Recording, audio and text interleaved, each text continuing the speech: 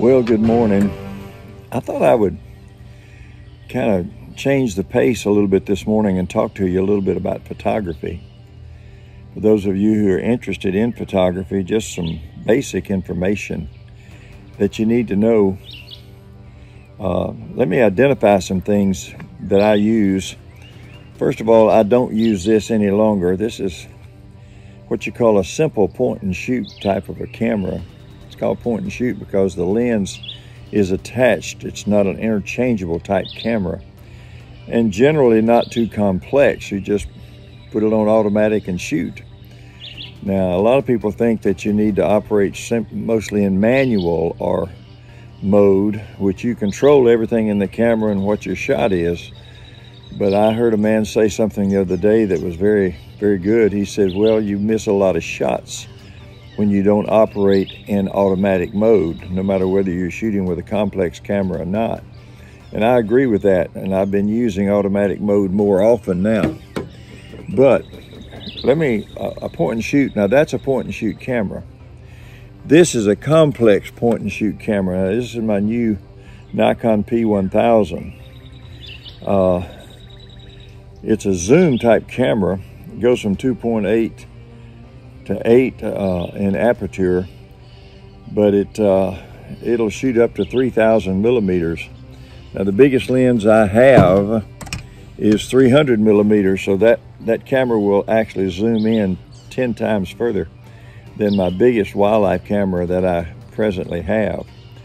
Now I take a 300 millimeter lens, which is talking about focal length, and I add a teleconverter on it. This is a 2x teleconverter, so it changes a 300 millimeter lens that is a long distance low light lens, and it doubles it to 600 millimeters. And I do that quite often in wildlife photography because I need to get up close on something that's a good distance away.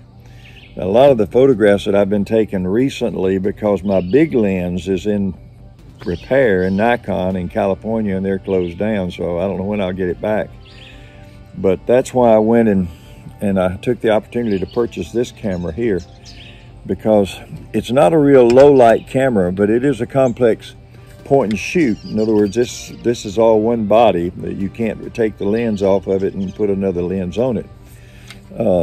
But it is a highly complex and very good camera. Now, an SLR, or what they call a single lens reflex camera, is interchangeable lenses.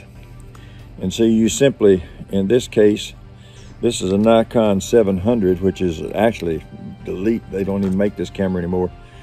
Well, they may make it, but it's not, it's really obsolete. And so you simply change the lenses out. And I tell people in wildlife photography or in any kind of photography, your money needs to be put in your lens. A lot of people think that, well, I need a big megapixel camera. No, you probably, for normal shooting, if you're gonna make an 8x10 picture or something like that, you don't need more than 8 megapixels in your body.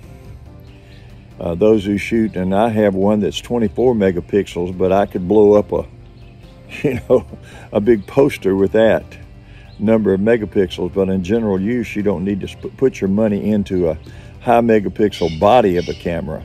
Put your money in your lens. That's where you're gonna get your quality photographs and everything else. And my big lens, like I say, you see sometimes that I'm photographing with, is a 2.8 to 300 millimeter, and it is what they call a low light lens. It's for early morning, late evening type photography. But whatever you do, photography is an art form, as you can see. And I live in the country, and I put out feeders. I have wood duck boxes. You can see right next to my, I guess to your, it's my right arm, but it looks like a left arm. So we have wood ducks in right now. They're about through with their nesting season, and so there's very few.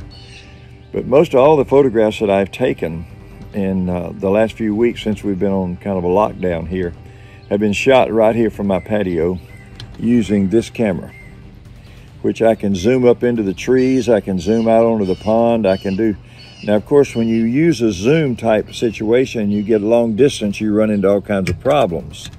You run into air molecules and fog and whatever else gets between you and the subject, so you don't always get the clearest pictures. Just like the photographs I took yesterday of the kites up in this big tree over here on my in the pasture area, and it looked like I got another one up there right now. I'll have to go check that out. But they were a long way away, and the one that I took of the mating process, oh my goodness, that was probably about 50 yards away from me, so I didn't get as clear a photograph. But when I was able to move on over closer to the tree, I think that is one up there. My word, I'm going to have to leave this video and go see if I can't find out what that is up on top of that tree. It's pretty big. But anyway, photography is an art form, and it's a lot of fun. It's an adventure, and I've been through a lot of adventures in wildlife photography, and I enjoy it, and I think you'll enjoy it too. Remember now, this is point and shoot. This is single lens reflex with interchangeable lenses. Put your money in your lenses, not in your camera body particularly. Nikon is good. Canon is good. Canon's a little lower price than Nikon, but I just like the Nikon operating system, and that's the reason I use it. So I hope this has been informative to you. Have fun in your photography.